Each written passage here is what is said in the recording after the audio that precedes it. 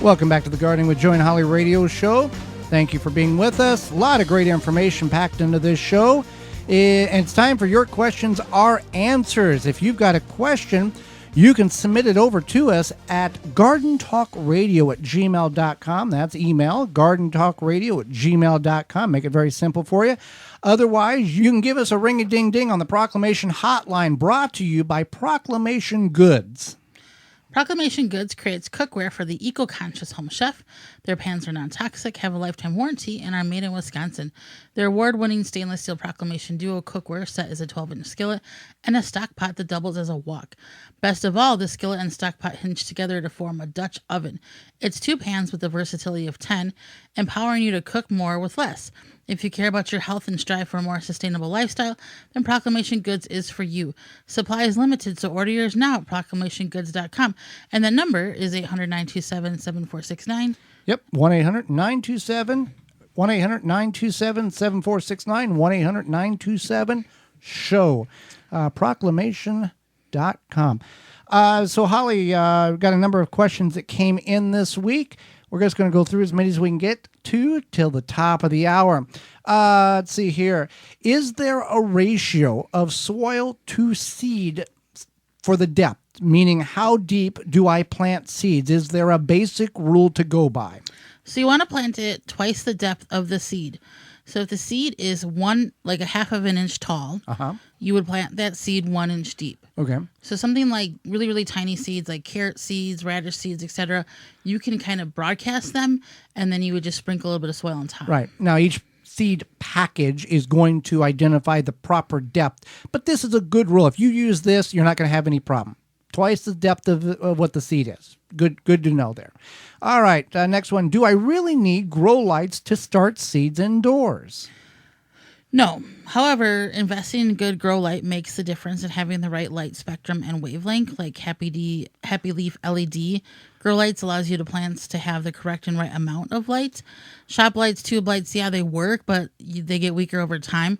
So if you don't want to invest in grow lights, you want to look into growing primarily, if you can, in a south-facing window, otherwise a west-facing window, or if that doesn't work, then an east-facing window, and then a north-facing window. You probably do want to invest in grow lights. Now, we've done it in a west-facing window for a number of years. It worked good, but when we transitioned and the Happy Leaf LED grow lights, we transitioned to them. Now it is an investment. Any good grow light is an investment. You can get the El Cheapo ones you bought on sale at the big box store, the tube lights, but they're only providing about half to 3/4, not even enough light. Fraction of the amount of light your plants are actually desperately needing. Happy Leaf has that spectrum figured out and provides more light than the plant needs, basically, and that's why the plants are so lush and vibrant.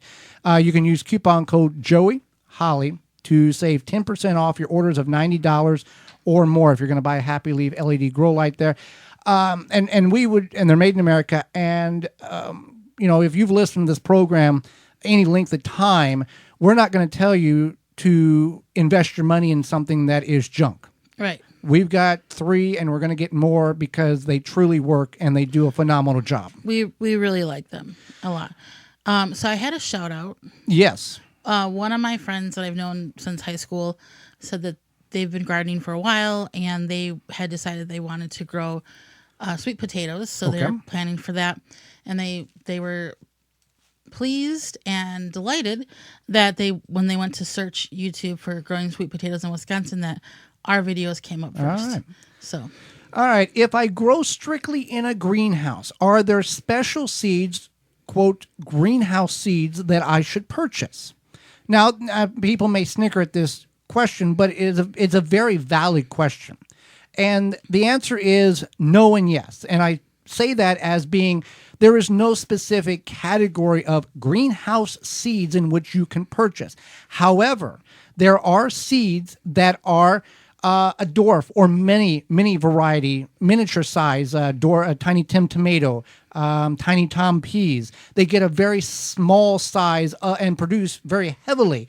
There is what's called a patio. I think it's patio container corn. There's even like the bush cucumbers. Bush cucumbers instead of vine. And these are heirloom variety as well as hybrid variety. So it's you can get the best of both worlds there. But there are seeds that you can purchase that can be grown, maybe not even in a greenhouse, but in a very small compacted garden too, outdoors. So it works both ways, and there you just have to look for the compact or the dwarf varieties of these plants. Right. So the next question we had was, can I plant store-bought potatoes, or do I really need seed potatoes? So this is like a yes and no answer. Right.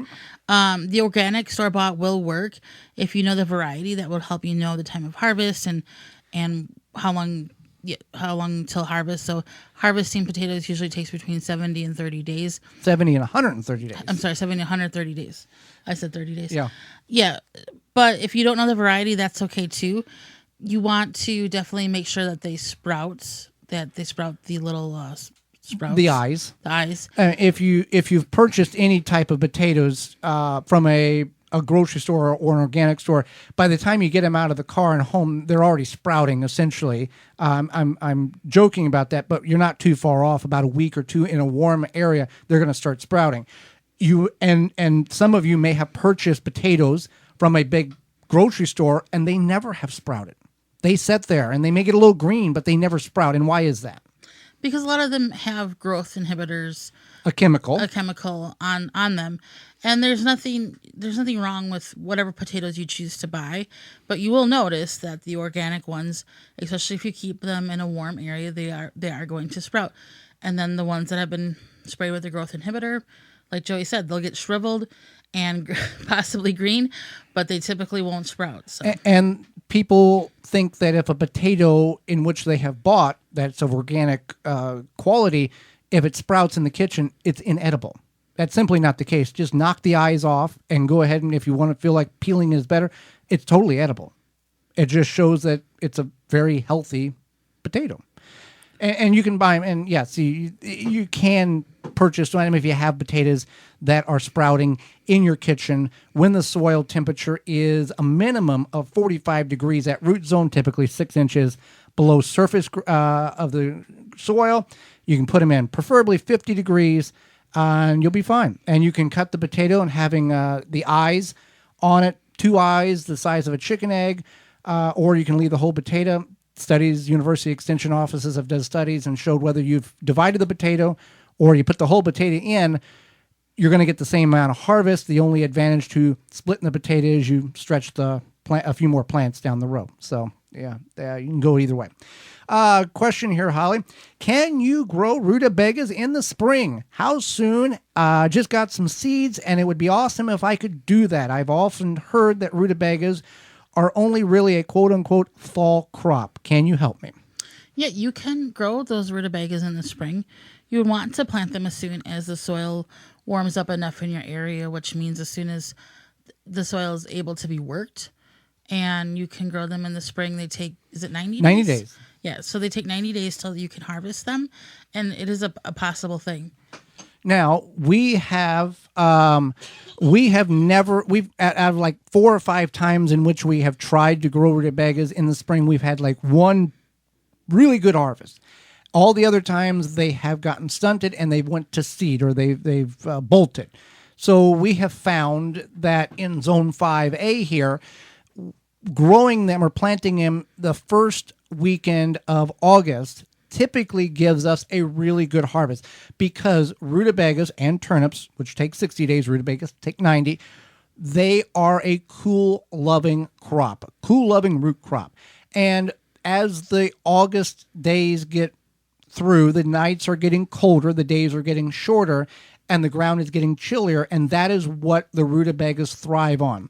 So we get really good rutabagas and really good turnips because that cold temperatures are starting to develop at night. The days are getting shorter, and then we harvest about a little past the end of October, early November, right before our ground freezes. We'll go ahead and harvest whether we're at 90 days or not. So it's something to keep in mind, that don't expect that you plant them now that you're going to have a wonderful harvest. If this is your first time growing rutabagas, maybe you want to try some in the spring and then some in the fall. Yeah, do a double crop. See what happens. Yeah.